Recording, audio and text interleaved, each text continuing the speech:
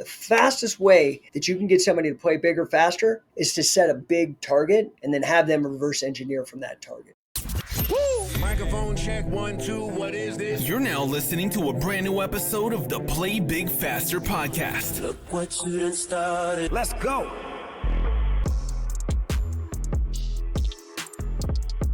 Welcome to another episode of the Play Big Faster podcast.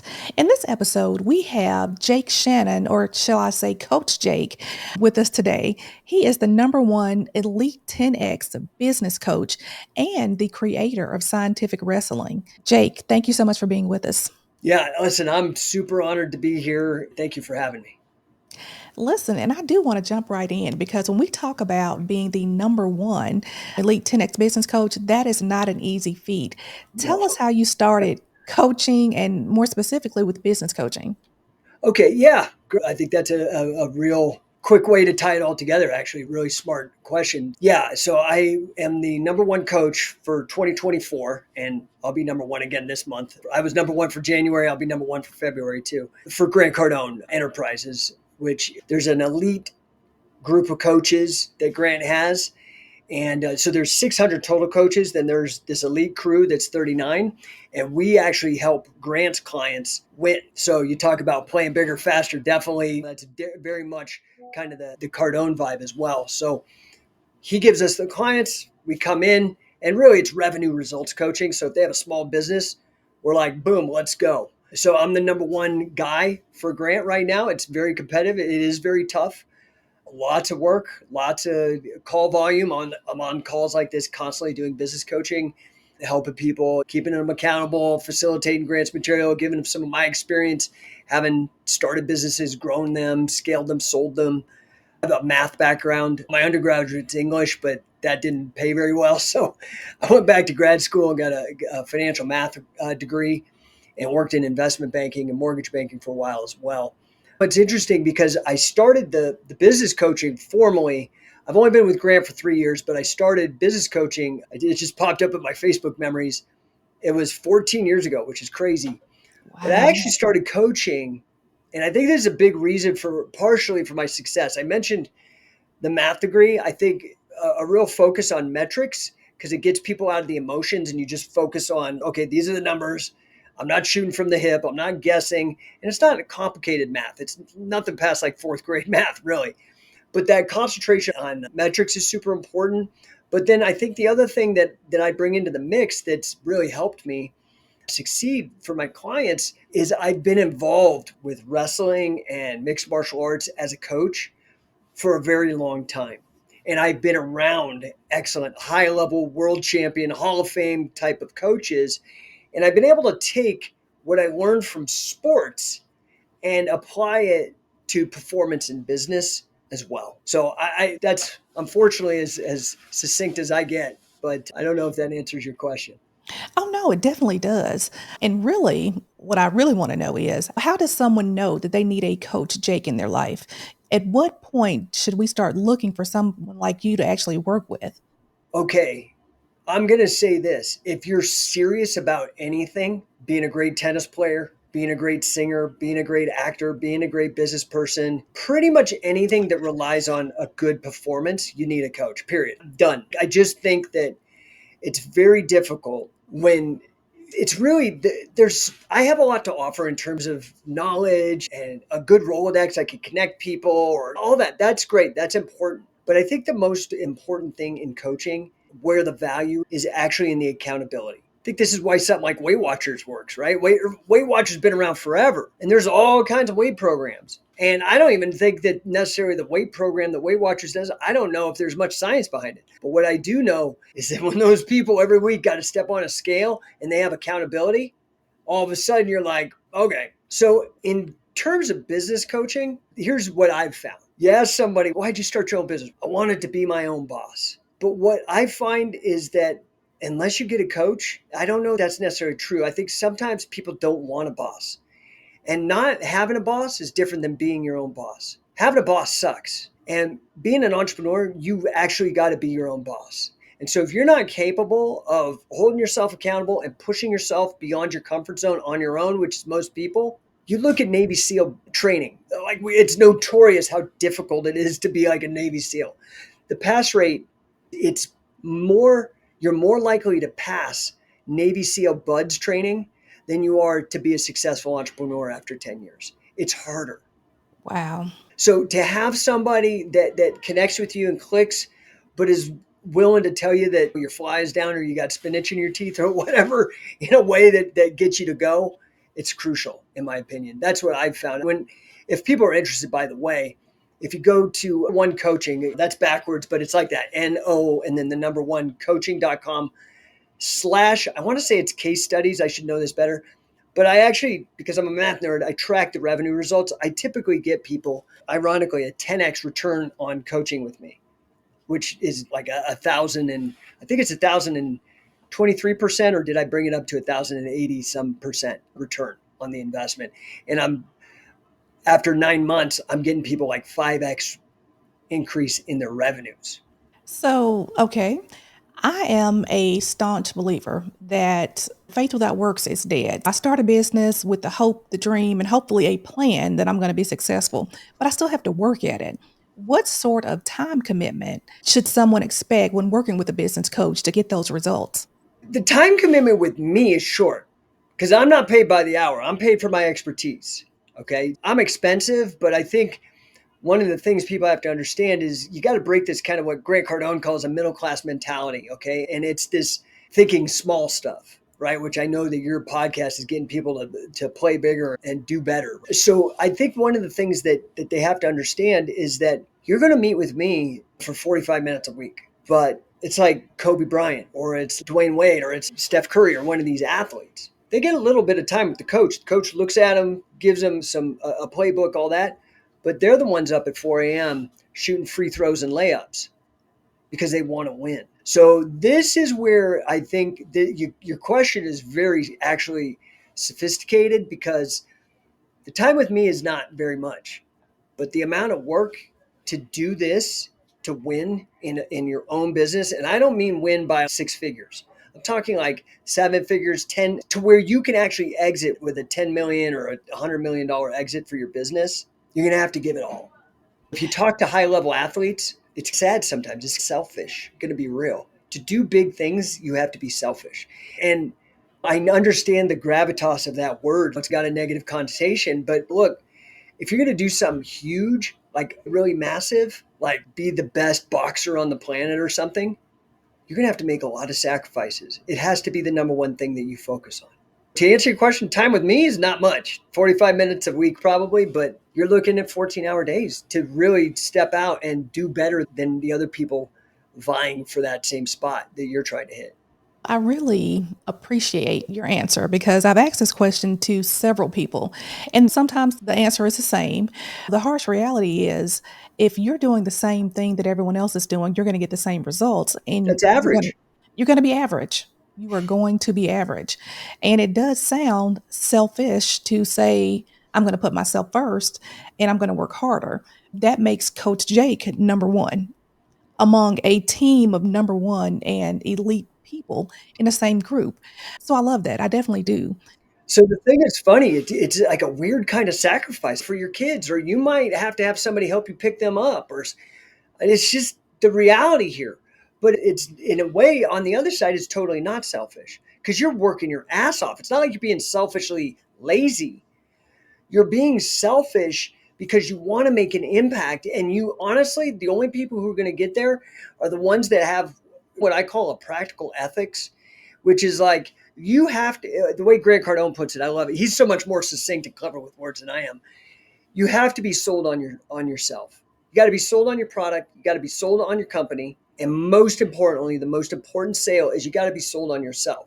And the analogy that I use is if I see some family frolicking on the beach with a beach ball or something, and they're out in the water and having a good time, and I don't know them, and I see a shark in the water, I have an ethical duty. I have a moral responsibility to get their attention, that's marketing, and to convince them to trust me, some rando guy with weird glasses, that they need to get out of the water now. If I don't feel that level of like I can actually help you, it's going to be hard to sell. This is different than being manipulative. This is what I don't like about a lot of the way sales is taught. It's, oh, cross your legs this way or breathe when they breathe. It's what kind of creepy thing is that? But if I truly know that working with me, I'm going to freaking massively improve your life.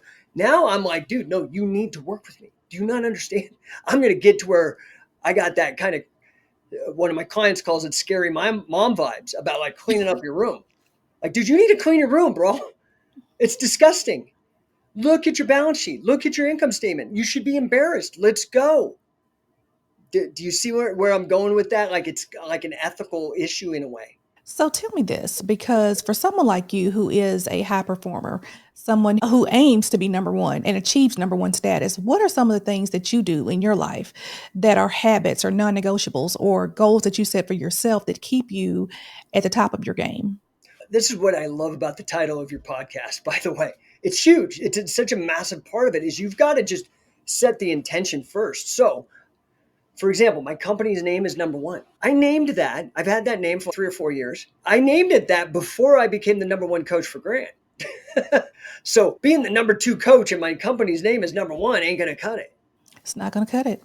So where I'm really going with this is that I committed. I put myself out there. This is like when I was talking about Weight Watchers. I said, okay, I need to get down 25 pounds. I'm saying it in front of everybody and I'm committing so that the bridges are burned and I can't go back. So I think to your question directly, one, you got to set a big target. And you have to set a big target. There's a lot of reasons why to set a big target. One, because it's more motivating. It's more motivating to go after $10,000 than $100. Okay. But there's some subtle things here. And so that's important. But there's also this idea of aim for the stars, hit the moon. Okay. If I aim for $10,000, okay, I get 1,000. But had I aimed for 100, I might only get $70. So it's more important for me in that regard. But I think the most important thing is actually, again, very practical. And that is that it really takes the same amount of effort to make $1 million as it does to make $10,000. But when I set my target on $1 million, it practically changes what I do and who I do it with. That's huge. It's super important. So to play big faster, like it's practical. You've got to 10x your goals. You've got to try to really fight to be number one. That's why everybody wants to be number one. That's why we glorify sport teams. The Super Bowl now, the Philadelphia is number one. Number one. And so it's interesting that you mentioned sports because there is something about you that I don't know if our listeners are aware of.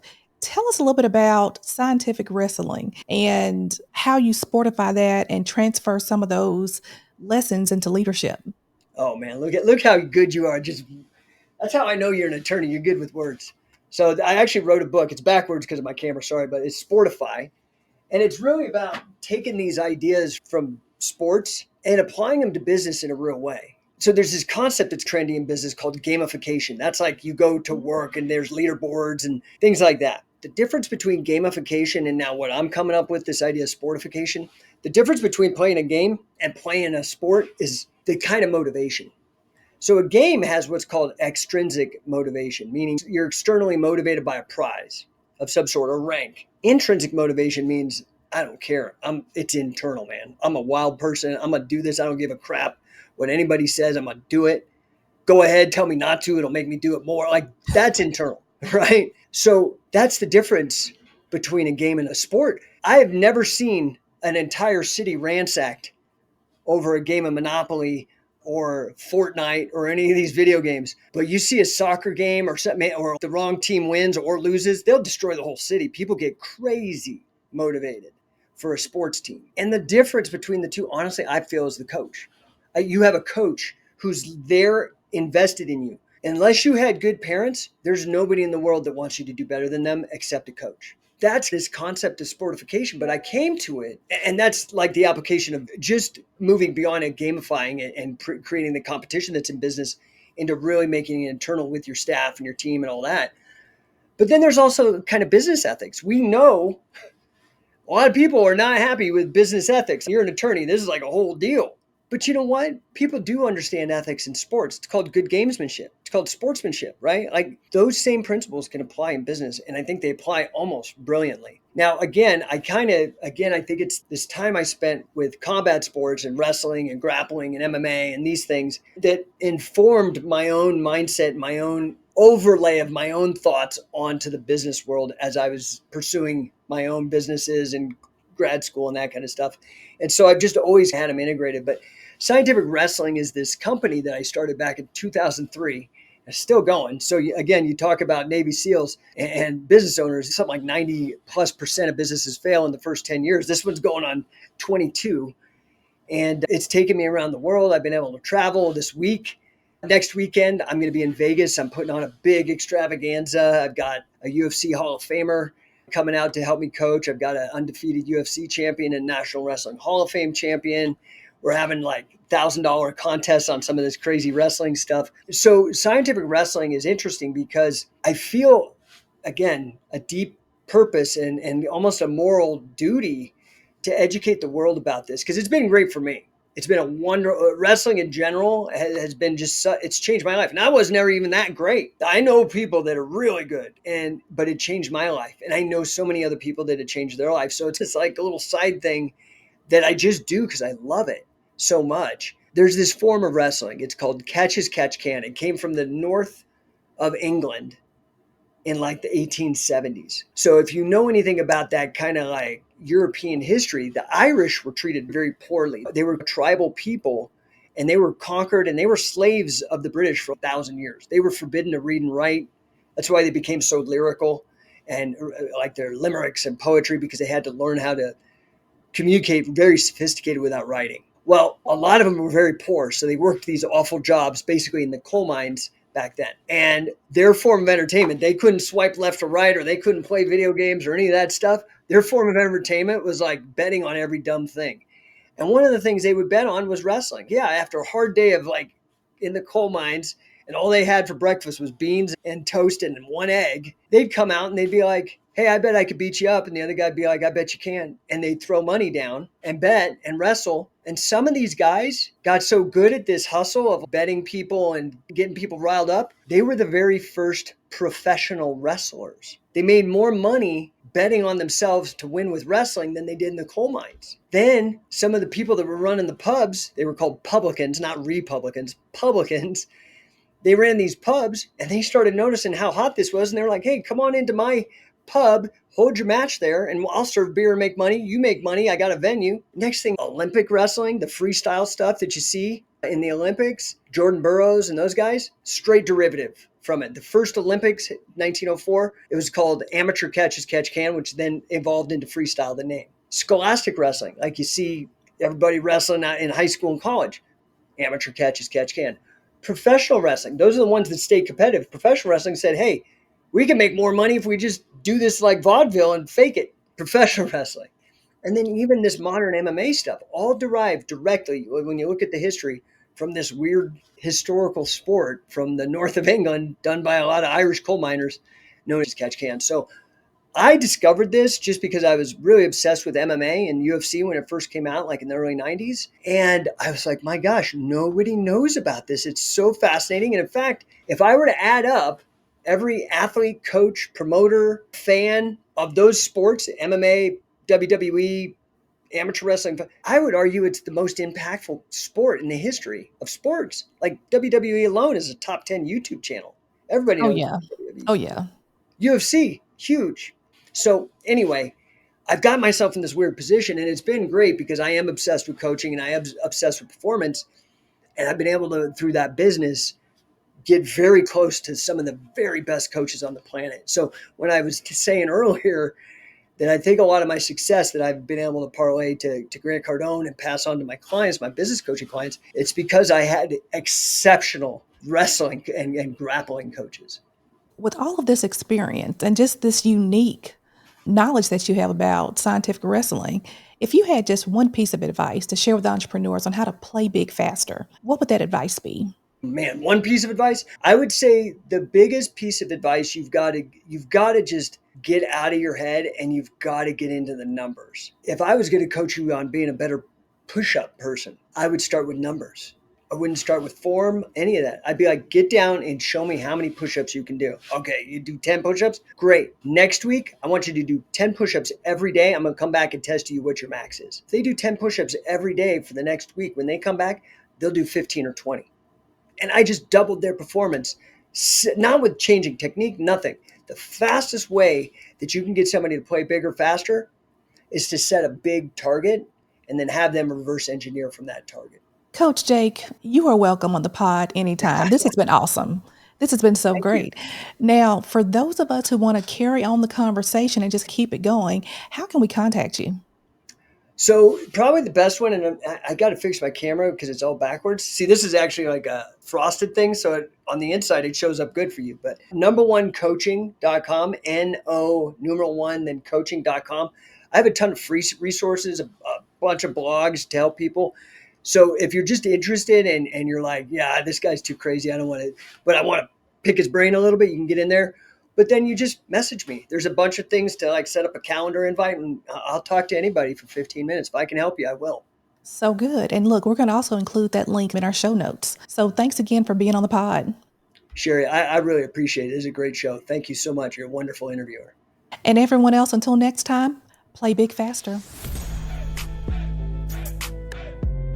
Thanks for listening to this episode, and remember to play big faster.